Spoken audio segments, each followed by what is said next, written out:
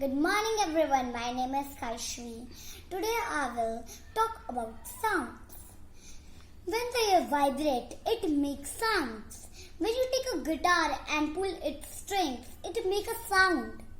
And today we will do an experiment and we will make an instrument. First things are required.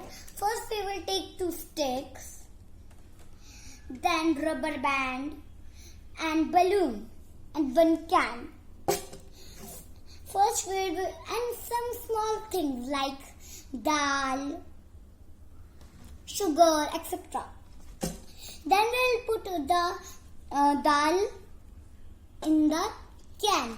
Then we will cut the top of the balloon and stretch it and put top of the can. Then we will take a rubber band and put next to the balloon. Then we will take 2 sticks and look, and we will tap on this the balloon. Look, the sound is making. Air is vibrating and make a sound.